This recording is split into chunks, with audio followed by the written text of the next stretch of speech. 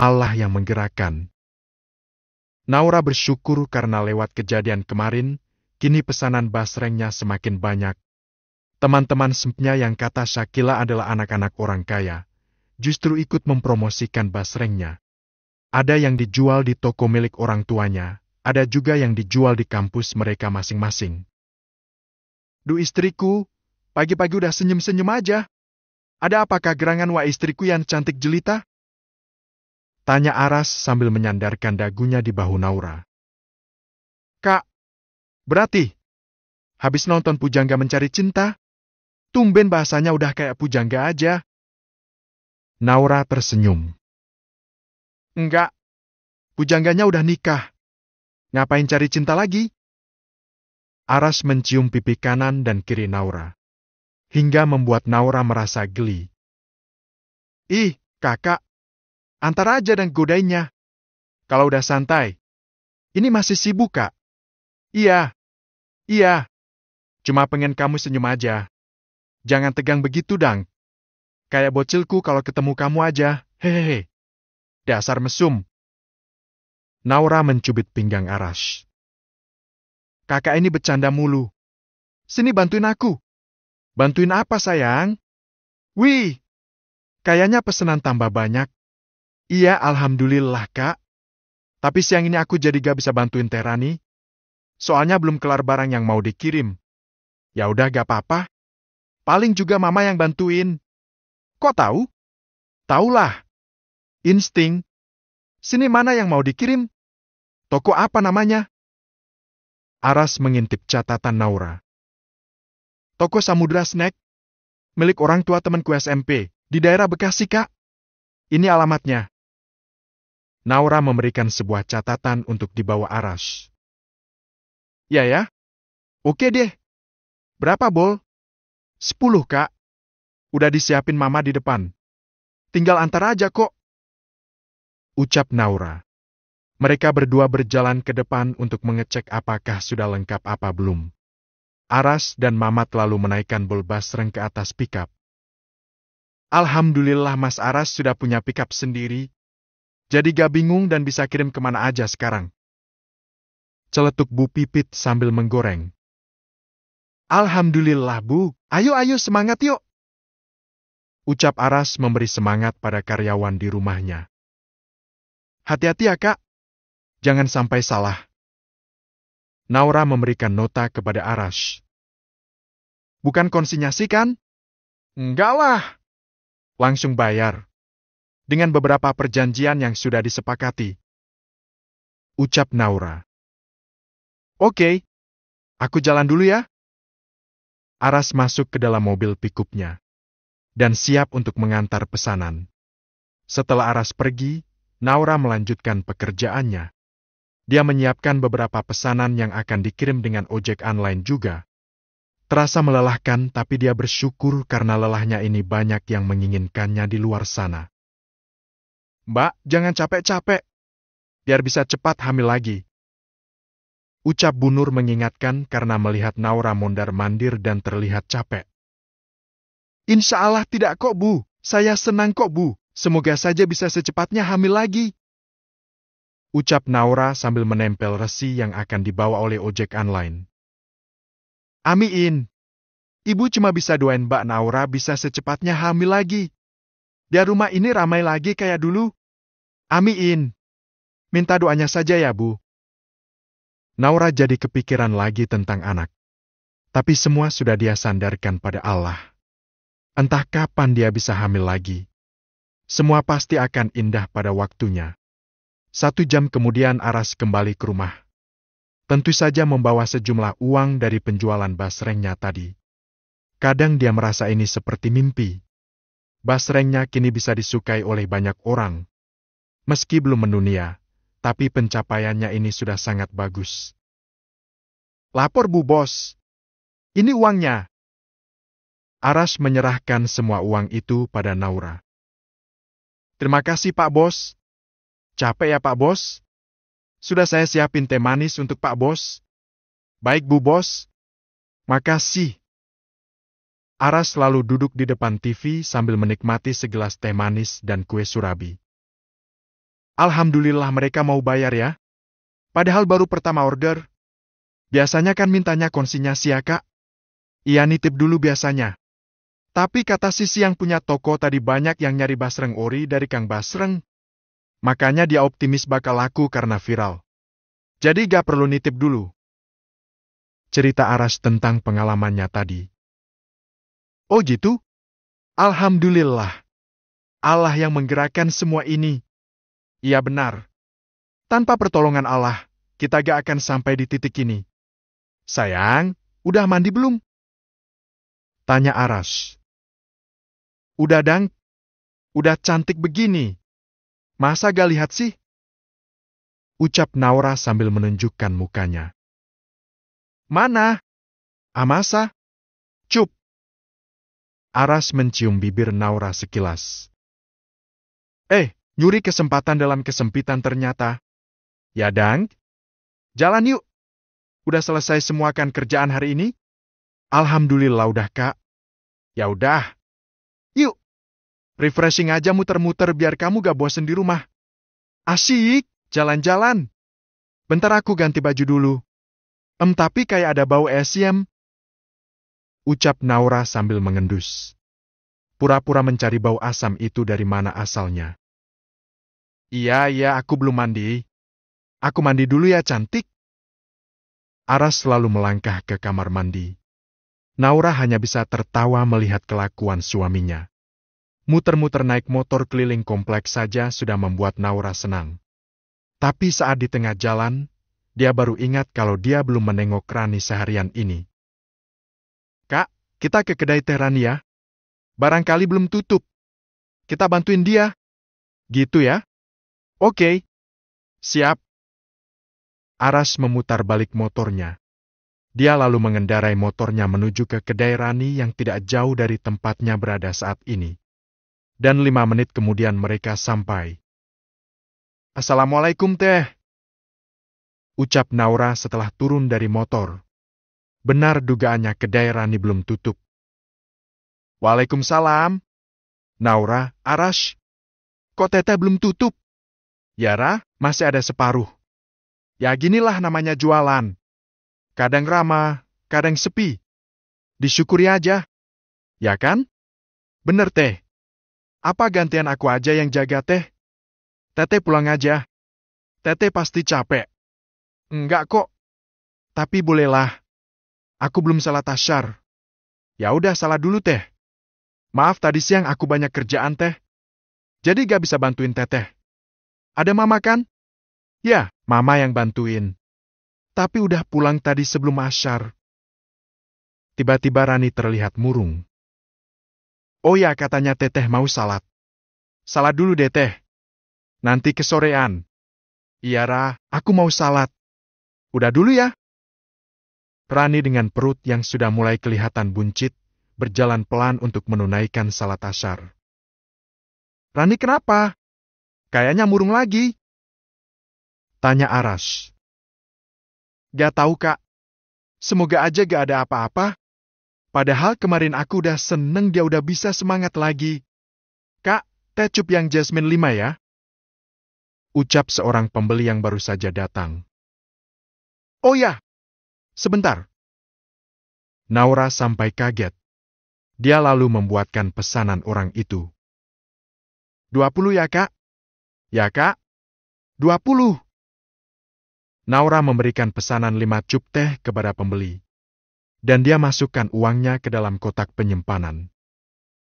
Alhamdulillah ada yang beli. Masih banyak Ra? Tanya Aras. Lumayan Kak. Kali 10 cupean lagi. 40 ya? Ya. Bungkusin aja semuanya Ra, kasihan. Nanti aku yang bayar. Biar aku bagiin ke orang-orang di jalan.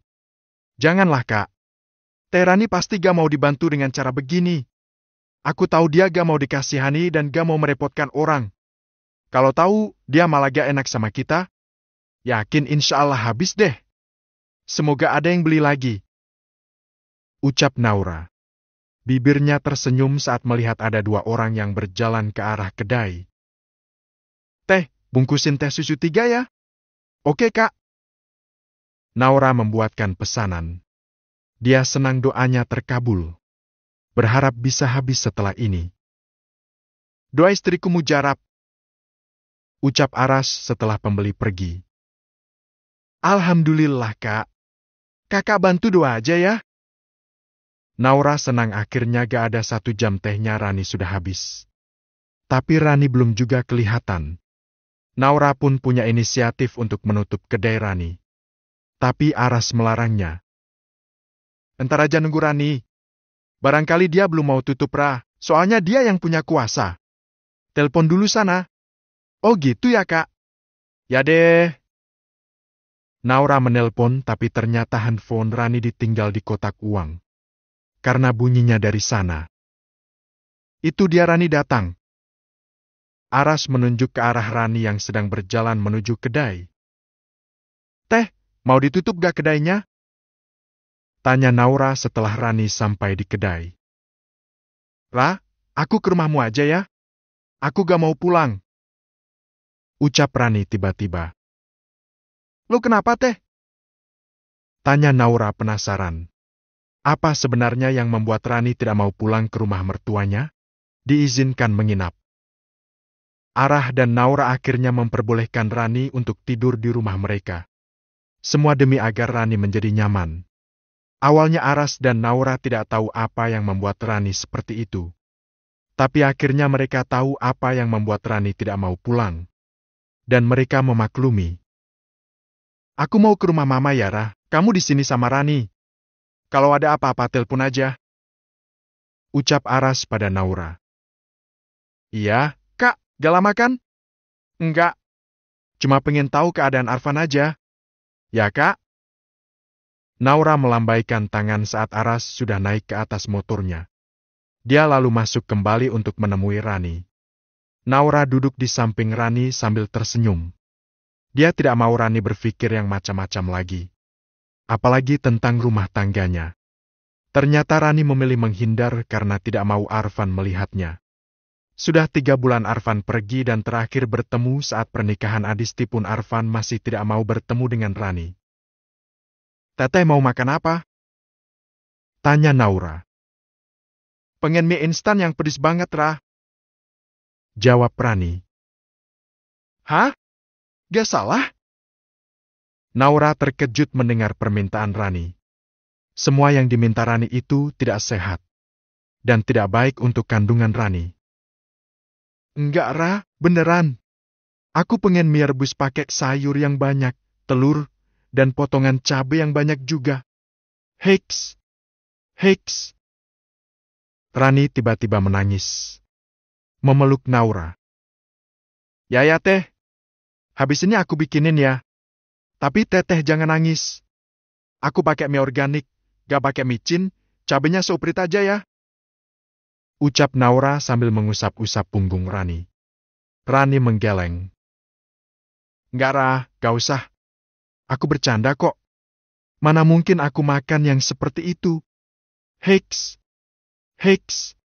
Bercanda tapi kok nangis sih, Teh? Harusnya ketawa. Bayangin makan cabai banyak. Super pedas, Rah. Jawab Rani masih sambil menangis. Cup. Udah jangan nangis lagi. Nanti bayi dalam kandungan Teteh juga ikut nangis loh. Masa? Emang dia ngerti? Ngertilah.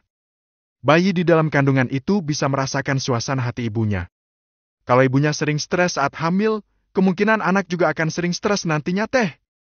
Makanya Allah berfirman dalam Quran Surat Maryam ayat 26, maka makan, minum dan bersenang hatilah kamu. Ingatkan kisah tentang Maryam? Iya, Rah. Rani melepaskan pelukannya. Dia lalu mengusap air matanya. Selama itu memang hatinya. Tinggal 4 bulan lagi dia akan melahirkan. Tapi sedikit pun dia belum merasakan bagaimana hamil didampingi oleh seorang suami. Merasakan bagaimana suami mengusap perutnya yang sudah membuncit. Menempelkan telinga di perut untuk mendengar detak jantung bayinya. Sungguh ini hal sederhana yang sangat diidamkan oleh Rani. Sebenarnya apa yang membuat Teteh sedih? Gak mungkin tentang cabai kan? Naura mengambil tisu dan memberikannya pada Rani. Rani menggeleng. Enggak, aku takut ketemu Arvan. Tapi tadi waktu Teteh salat asyar ketemu kan? Enggak, aku salah di masjid, Ra. Aku sudah tahu pulang dari Mama tadi siang. Tadi Mama jaga kedai sama aku. Terus dapat telepon dari Papa kalau mereka pulang hari ini. Arvan kangen rumah katanya. Ya sudah, nggak apa-apa. Mungkin ini lebih baik daripada bertemu. Aku gak tahu apa harus seperti ini terus, Ra. Aku juga ingin bisa melayani suamiku. Tapi yang gak mau ketemu. Berdoa dan minta petunjuk sama Allah ya, Teh.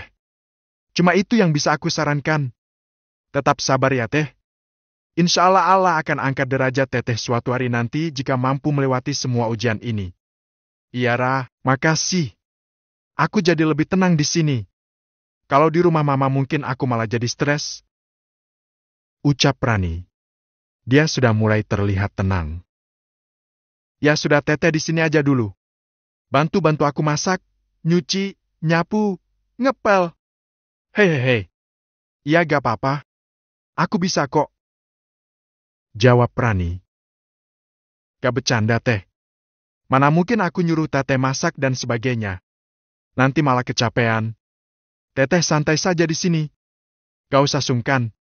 Apalagi Kak Aras juga gak di rumah kok. Kita santai aja, Teh. Naura menyelonjorkan kakinya agar Rani pun mengikutinya. Enak ya, Ra. Kamu bisa tinggal berdua saja sama Aras. Kalian pasti bahagia. Bisa mengurus rumah tangga berdua. Gak ada campur tangan orang lain. Ucap Rani. Naura jadi bingung menjawabnya. Dia takut apa yang keluar dari mulutnya justru menyakiti perasaan Rani. Nanti Teteh juga bisa kok. Ngemil basreng, Teh. Mau gak? Ini yang ori. Gak ada bumbu pedasnya. Ucap Naura mengalihkan pembicaraan. Dia membuka tutup toples dan meletakkan di depan mereka.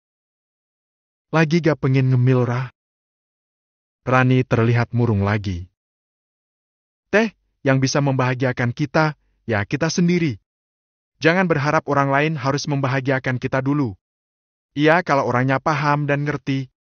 Kalau enggak, kalau gitu kapan kita akan bahagia? Oleh sebab itu kita yang mencari kebahagiaan kita sendiri. Itulah kenapa penyakit itu kebanyakan datang dari diri sendiri. Ya dari pola pikir kita sendiri yang kadang menunggu orang lain membahagiakan diri kita. Padahal kita bisa lo bahagia dengan cara kita sendiri. Rani menoleh pada Naura. Apa benar kalau selama ini dia tidak pernah merasa bahagia karena selalu menunggu orang lain yang membahagiakan kita? Teh, yuk kita keluar. Ajak Naura. Kemana, Ra? Udah, ayo ikut aja. Kita nyari makanan enak. Apa aja deh. Lalu jalan-jalan menikmati malam. Tapi, udah gak usah tapi-tapi. Kita keluar. Gak apa-apa lah, belum terlalu malam juga. Masih 7:30. Lagian juga masih ramai. Ada pasar malam di lapangan, Teh. Keluar kompleks sih. Tapi gak apa-apa lah ya. Buat ngilangin jenuh. Mau ganti baju gak? Tanya Naura. Aku gak bawa baju ganti, Ra. Pakai bajuku, Teh. Emang muat? Badanku kan udah melebar, Ra. Insya Allah muat, Teh. Biarpun aku kecil dan mungil, tapi bajuku longgar-longgar. Kalau masih kurang longgar nanti pakai karung bekas tepung aja. Hei. Kamu ini, Ra, lama-lama doyan bercanda kayak Aras. Ya kan bininya, Teh. Tiap hari ngobrol jadi ya ketularan. Hei. Bentar aku ambilin dulu. Naura pamit masuk ke dalam untuk mengambil baju. Assalamualaikum. Ucap seseorang dari luar. Waalaikumsalam. Jawab Rani. Seperti suara Aras, tapi kok tidak langsung masuk? Pikir Rani. Karena Naura masih di dalam, akhirnya Rani yang membuka pintu. Dia menebak pasti tamu. Kalau Aras pasti langsung masuk. Rani membuka pintu pelan-pelan. Betapa kagetnya dia saat melihat ada beberapa orang yang sedang berdiri di ambang pintu. Dan orang-orang itu menatapnya dengan haru. Termasuk seorang laki-laki berkoko dan sarung putih, lengkap dengan kopiah putih. Rani rasanya ingin lari. Tapi entah kenapa kakinya tiba-tiba terasa kaku dan tidak bisa berlari. Hanya bisa terpaku melihat semua orang yang ada di depannya. Apa kabar, Wan? Kembali untukmu. Mau celuknya lagi? Pertanyaan yang keluar dari mulut laki-laki ini membuat Rani harus berpikir keras untuk menjawabnya. Benarkah? Apa dia tidak salah dengar? Rani mengangguk tanpa menjawab. Si laki-laki itu pun langsung membeli lagi untuk Rani. Ya Allah, apa ini mimpi? Tanya Rani dalam hati. Ini adalah hari yang paling membahagiakan untuk Rani. Hari yang selama ini dia tunggu-tunggu. Aras dan Naura yang duduk tak jauh dari mereka hanya bisa senyum-senyum saja melihat itu. Mereka bahagia melihat Rani bersama laki-laki itu. Tampak mesra meski hanya makan cilok berdua. Dan ketika cilok Rani habis, si laki-laki sigap membelikannya lagi untuk Rani. Perhatian kecil yang pasti sangat berarti untuk Rani. Kalian ini malah senyum-senyum aja. Gimana Arfan sekarang? Tanya Indra saat menghampiri Aras dan Naura. Sedikit ada perubahan, Pak. Kita lihat besok. Apa ada perubahan besar yang terjadi pada dirinya? Semoga aja benar-benar bisa kembali seperti semula. Jika Allah mau, gak ada yang gak mungkin. Jawab Aras. Selain pendekatan medis, dia juga diruqyah oleh ustadz yang mengajar di sana. Karena setiap diri kita pasti diganggu oleh jin dan setan kan? Yang akhirnya menimbulkan penyakit hati. Yang kuat imannya akan bisa menghalau dengan keimanannya sendiri. Yang tidak kuat butuh orang lain. Ya salah satunya ruqyah ini. Alhamdulillah tadi pagi setelah salat subuh tiba-tiba Arfan ingin pulang. Ingin ketemu Rani katanya. Papa senang sekali mendengarnya, Rash. Ujar Indra. Dia terlihat sangat bahagia. Pa, ini batagornya. Ucap Novia sambil menyerahkan bungkusan batagor pada Indra. Makasih, Ma. Kami senang melihat perubahan itu. Lihat Rani. Dia tersenyum menatap suaminya. Pemandangan langka. Hehehe. Ucap Aras sambil menyantap cuankinya. Habisin dulu makanannya. Baru ngomong, Kak. Nyemprot nih ke tanganku. Haf. Gerutu Naura. Hehehe, maaf Neng cantik. Abang gak sengaja. Canda Aras. Kita biarkan mereka berdua dulu. Mereka perlu bicara berdua. Doa mama terkabul. Mereka gak boleh cerai. Doa ibu memang tidak akan tertolak. Apalagi doa yang baik untuk anaknya. Ya kan, Ra? Ucap Novia. Dia terlihat senang sambil menikmati rujak bebek yang sudah lama tidak dia makan. Ya benar, Ma, Masya Allah. Semoga Teh Rano dan Kak Arfan bisa langgeng. Mereka bisa melewati ujian pernikahan mereka. Huha! Ucap Naura. Dia tampak kepedasan dengan cuanki yang dibelikan oleh Aras. Minum. Aras memberikan es teh pada Naura. Pedes banget, Kak. Dikasih berapa sendok sambelnya? 5 sendok, Dun. Biasanya kan gitu. Iya sih. Ini cabai tua semua kali yang dibikin sambal. Pedes banget. Udah kalian habisin aja cuanki pedesnya. Mama papa juga mau pacaran dulu. Keliling pasar malam. Mau naik komedi putar. Ucap Novia sambil menarik tangan suaminya. Iya, Ma, hati-hati. Pedas. Ucap Naura. Masih kepedesan ya? Bentar aku beliin aram manis dulu ya. Biar bisa ngurangin pedasnya. Ucap Aras. Gak usah, Kak. Aku udah kenyang. Entar juga hilang. Naura mengipasi mulutnya dengan telapak tangan. Dia suka pedas. Tapi baru kali ini rasa pedasnya tidak bisa dia tahan. Aras tidak diam saja. Dia tetap mencarikan Naura makanan yang lain untuk mengurangi pedas di mulut Naura. Dia tertarik membeli telur gulung.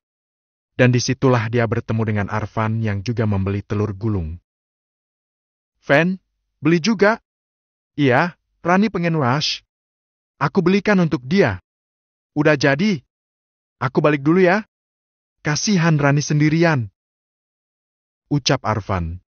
Aras sampai melongo melihat perubahan Arfan. Tapi juga sangat bersyukur dengan perubahan ini. Dia berharap kalau Arfan sembuh, tidak akan mengganggu istrinya lagi seperti waktu itu. Mas, mau pesan berapa? Tanya penjual telur gulung. Iya bang. 10.000 aja. Jawab Aras. Oke mas. Aras lalu kembali menemui Naura setelah telur gulungnya jadi. So sweet ya kak? Ucap Naura. Iya, aku tahu. Aku emang so sweet. Wajahku juga sweet kan? Ucap Aras sambil menyerahkan telur gulung pada Naura. Bukan kakak. Tapi iya sih kakak juga sweet. Saking sweetnya bisa ngilangin pedas di mulutku. Hehehe.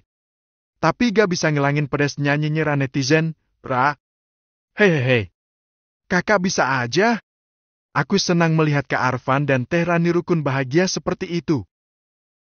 Di depan tukang cilok. Sebenarnya Rani ingin marah. Tapi rupanya dia tidak bisa marah. Apalagi dengan sikap Arfan yang seperti ini. Yang perhatian dan sayang padanya. Dia memang lemah. Padahal dulu Arfan pernah menyakitinya. Tapi sekarang seolah meluap begitu saja saat Arfan memperlakukannya dengan sangat manis.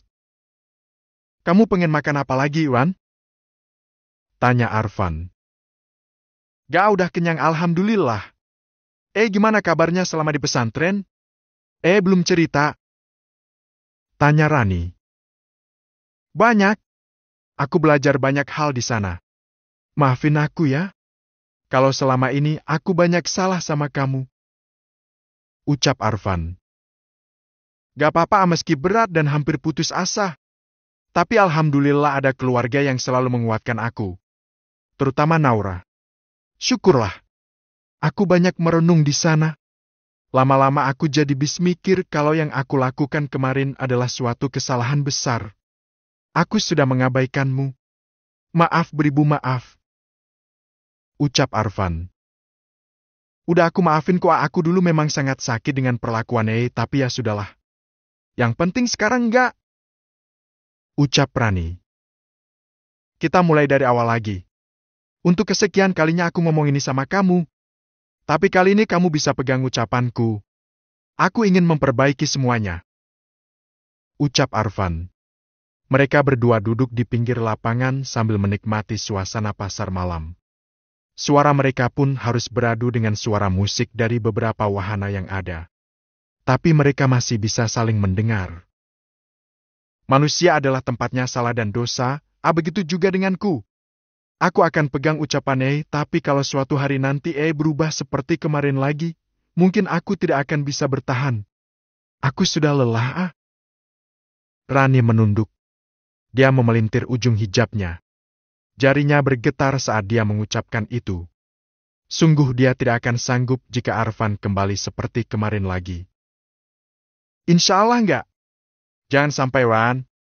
Bantu aku jadi suami yang baik ya. Ucap Arfan. Dia memberanikan diri memegang sebalah tangan Rani. Lalu mengusapnya pelan. Dingin rasanya. Insya Allah. Aku pun ingin belajar jadi istri yang baik buat kamu. Mungkin kemarin kamu seperti itu juga karena kesalahanku. Aku ingin pasanganku baik, tapi aku tidak berusaha memperbaiki diri. Malah, Rani menghentikan ucapannya. Dia tidak mungkin mengatakan kalau dia pernah memikirkan laki-laki lain saat Arfan berbuat buruk padanya. Malah apa? Apa ada yang kamu sembunyikan dariku? Tanya Arfan. Lupakan saja katanya kita mulai dari awal lagi kan? Iya. Kita hadapi semua masalah sama-sama. Aku hanya ingin kamu tetap di sampingku. Jangan pergi atau seolah tak peduli saat aku terpuruk. Cuma itu yang aku ingin dari kamu, Wan. Arfan menatap Rani. Dan Rani pun menoleh menatapnya. Rani berharap ini adalah awal yang baik.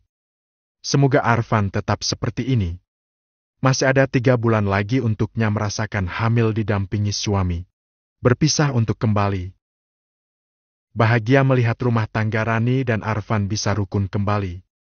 Tapi sayang kemesraan itu mungkin tidak bisa lama dinikmati oleh keduanya untuk saat ini. Karena keesokan harinya Arfan harus kembali ke pesantren. Pengobatannya belum selesai.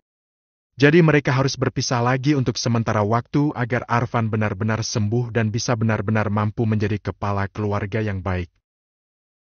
Maaf ya Wan, kamu sama Mama dulu ya. Biar Arfan menyelesaikan pengobatannya dulu. Kalau dia kangen pengen pulang, Papa akan ajak dia pulang untuk ketemu kamu. Ucap Indra sebelum mengantar Arfan kembali ke pesantren. Iya, Pa, gak apa-apa kok. Yang penting bisa sembuh. Ucap Rani. Tangannya saat ini masih digenggam oleh Arfan. Laki-laki itu pun terus menatapnya. Sabar ya. Yang sabar pasti akan dapat kejutan dari Allah suatu hari nanti. Ucap Indra sambil menepuk pundak Rani pelan. Dia merasa iba setiap melihat menantunya yang satu ini. Kenapa Rani gak ikut aja sih, Pa? Biar gak usah jauh-jauhan. Celetuk Novia.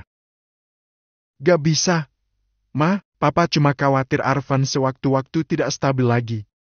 Semua demi kebaikan bersama. Ucap Indra.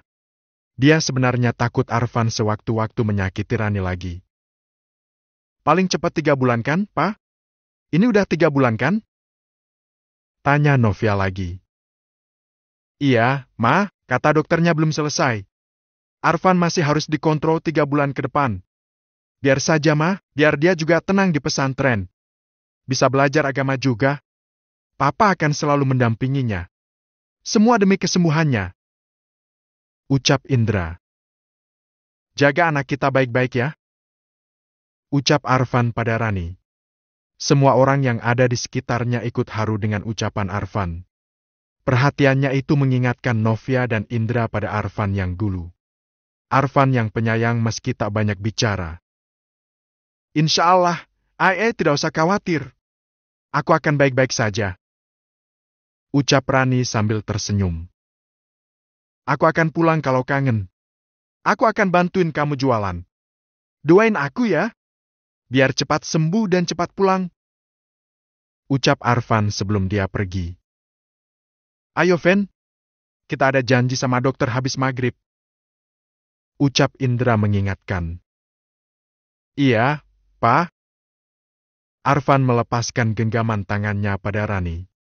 Dia nampak berat untuk meninggalkan Rani. Tapi dia harus pergi. Dengan berat hati Rani melepaskan kepergian Arfan. Dia mengantar Arfan sampai ke teras dan melambaikan tangan saat Arfan sudah masuk ke dalam mobil.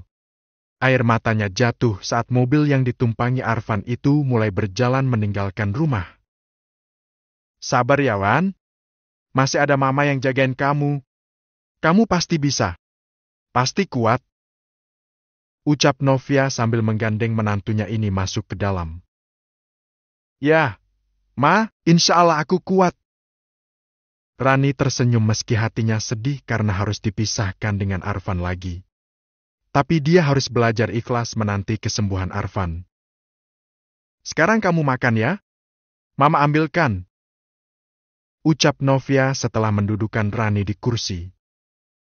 Ya, Ma, aku bisa ambil sendiri kok. Ma, gak apa-apa. Biar Mama yang ambilkan. Kamu duduk saja. Rani hanya bisa tersenyum. Harusnya tidak ada lagi yang membuatnya sedih. Suaminya sudah kembali dan meninggalkan kebahagiaan. Dia juga dikelilingi oleh orang-orang yang baik. Sepertinya sudah tidak ada alasan lagi untuknya bersedih hati. Pagi harinya seperti biasa Rani bersiap untuk membuka kedainya. Dia menyiapkan semua perlengkapan yang akan dia bawa. Tidak banyak.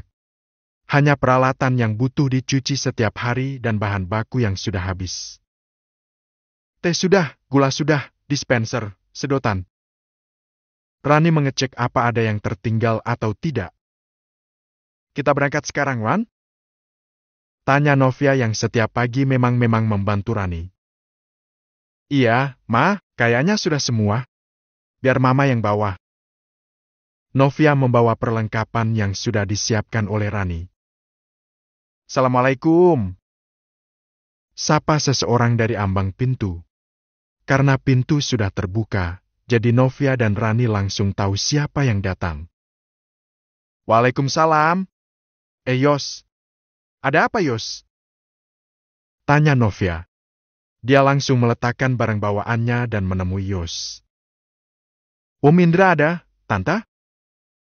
Tanya Yos. Matanya juga sambil melirik ke arah Rani yang berada di dalam. Om Indra di pesantren sama Arfan, Yos. Kenapa? Oh gitu. Ya sudah sama Tante aja kalau gitu. Saya mau menyerahkan ini Tante. Yos menyerahkan sesuatu. Ayo masuk duduk dulu. Titah Novia. Yos pun duduk berseberangan dengan Novia. Sedangkan Rani memilih untuk menunggu di ruang keluarga. Tidak mau berhadapan langsung dengan Yos. Ini semua aset milik Om Indra. Semua dokumen kepemilikan sudah ada di sini.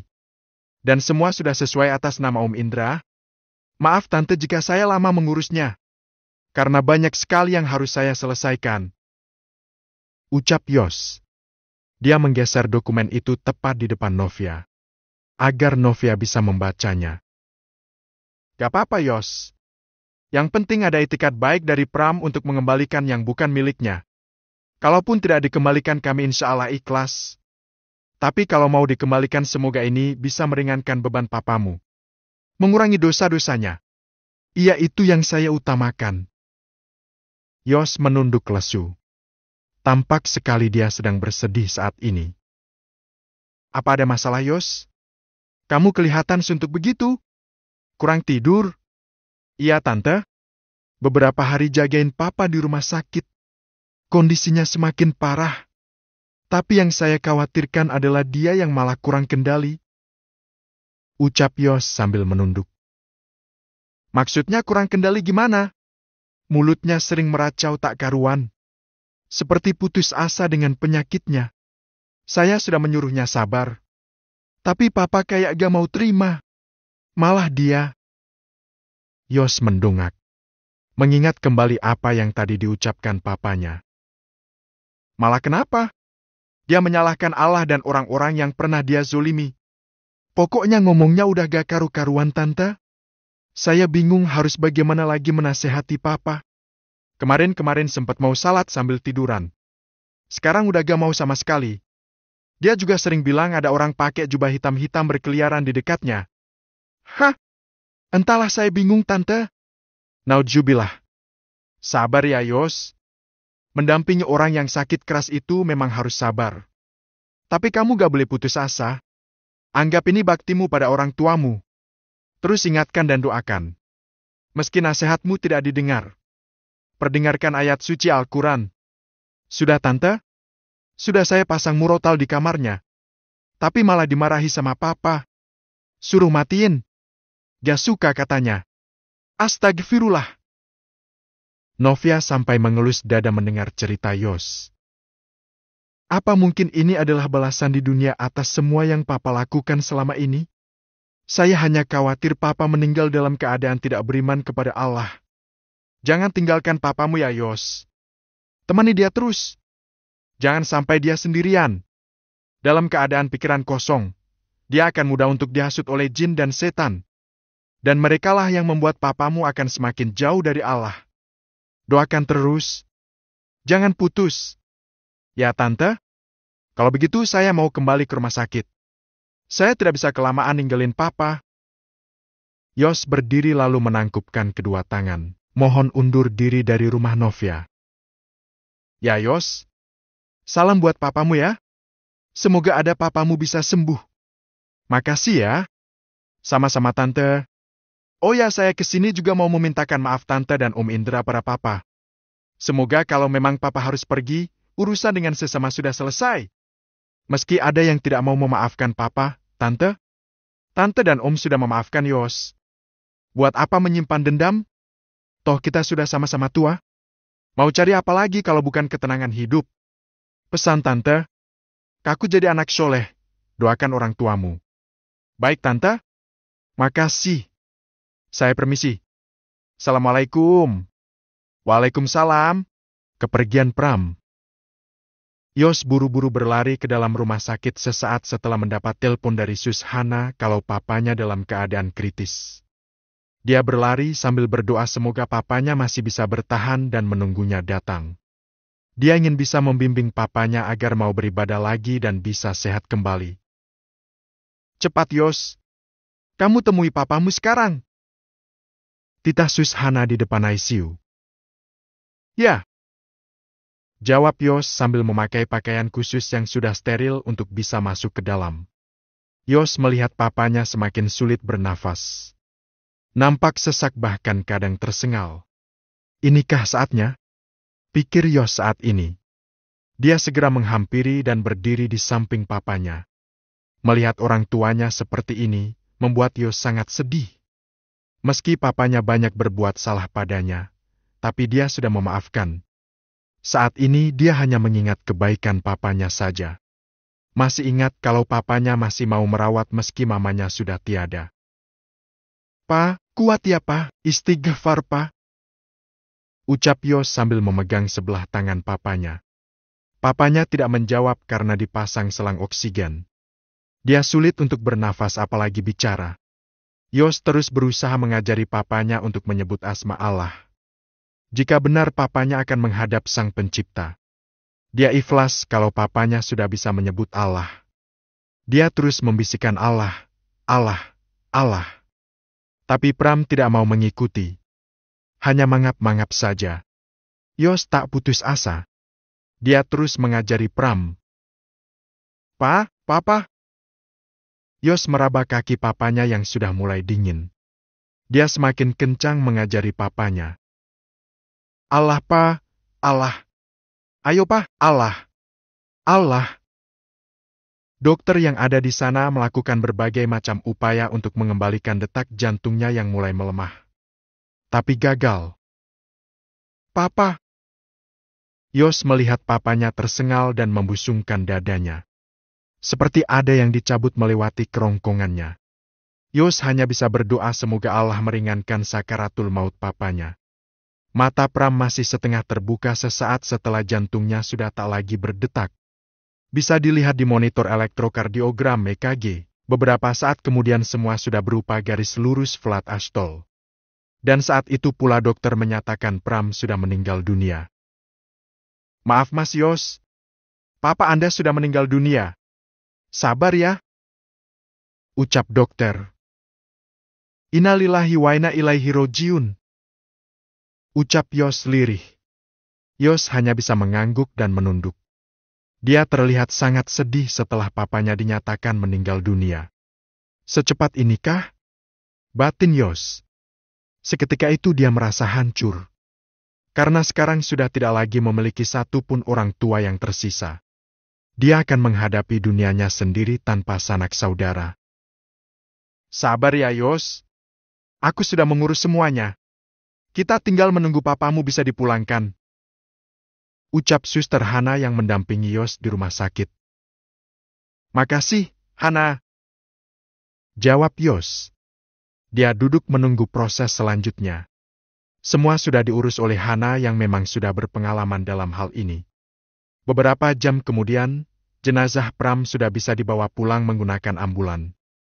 Yos sudah mengabarkan pada orang-orang di rumahnya untuk menyiapkan segala sesuatunya untuk pemakaman Pram. Mau dimakamkan jam berapa? Tanya Suster Hana. Terserah. Toh tidak ada yang ditunggu lagi. Ucap Yos. Ya sudah jam 5 sore ya. Biar tidak terburu-buru. Terserah. Jawab Yos singkat. Dia masih berduka dan tidak menyangka papanya akan pergi secepat ini. Tak banyak yang melayat Pram sore itu. Hanya tetangganya saja yang ikut mengantarkan ke pemakaman. Karena memang tetangga punya kewajiban untuk memakamkan. Jika tidak ada yang memakamkan, mereka semua akan berdosa. Pelit sih. Makanya kuburannya sempit. Celetuk salah seorang pelayat. Iya emang. Gak pernah keluar uang kalau dimintain sumbangan warga. Kalau sudah begitu apa hartanya mau dibawa mati? Ucap seorang yang lain. tapi langsung ditegur oleh orang di sebelahnya. Kalau orang sudah meninggal, jangan sebut-sebut lagi tentang keburukannya. Sudah jangan dibahas lagi. Pram memang orang kaya, tapi dia tidak pernah berderma bahkan pada tetangga. Mungkin itu yang membuatnya dibenci para tetangganya. Yos, kami turut berduka atas meninggalnya Pram. Yang sabar ya. Semoga diampuni segala dosa-dosanya. Ucap Indra yang sore itu hadir bersama Aras. Makasih Om, Rash. Maafkan kesalahan Papa ya. Ucap Yos. Mereka saling berpelukan. Indra hanya bisa mengangguk. Dia sudah ikhlas dengan semua yang sudah dilakukan Pram padanya.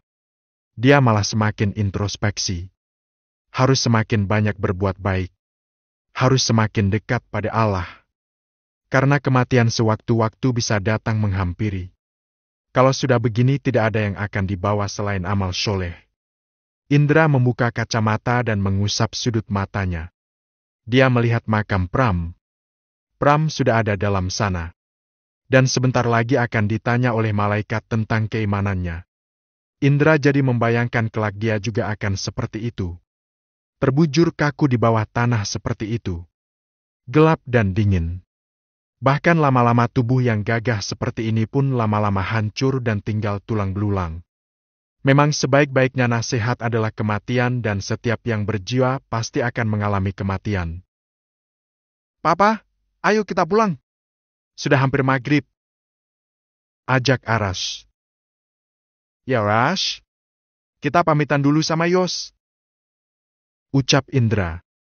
Setelah semuanya pulang, kini hanya tinggal Yos yang ditemani oleh Suster Hana, Kaisara dan bibinya. Mereka pun bersiap untuk pulang, meninggalkan Pram sendiri di dalam sana. Ayo. Ajak Hana. Ya. Yos selalu menggendong Kaisara dan mereka berempat berjalan pulang. Malam harinya Yos mengadakan tahlilan di rumah. Meski sudah diumumkan tadi sore, tapi yang hadir hanya beberapa orang saja. Padahal Yos sudah menyiapkan bingkisan mahal untuk para tetangga yang datang. Tapi yang datang hanya beberapa saja. Setelah selesai makanan dan minuman masih banyak.